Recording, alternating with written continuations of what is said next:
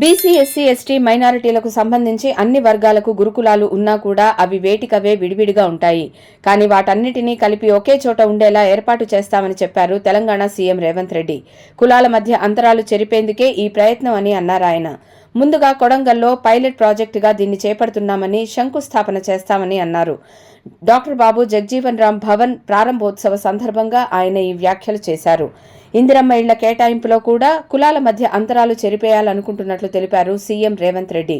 దళితులు, గిరిజనులు, బీసీలు, మైనారిటీలందరూ ఒకే చోట ఉండేలా ఇందిరమ్మ ఇళ్లు కేటాయించాలని తాను అధికారులను ఆదేశించానని చెప్పారు.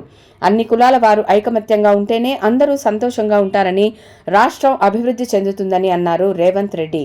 చదువు మీద పెట్టేది ఎప్పటికీ ఖర్చు కాదని, అది భవిష్యత్తుకు పెట్టుబడి అని అన్నారు సీఎం రేవంత్ రెడ్డి.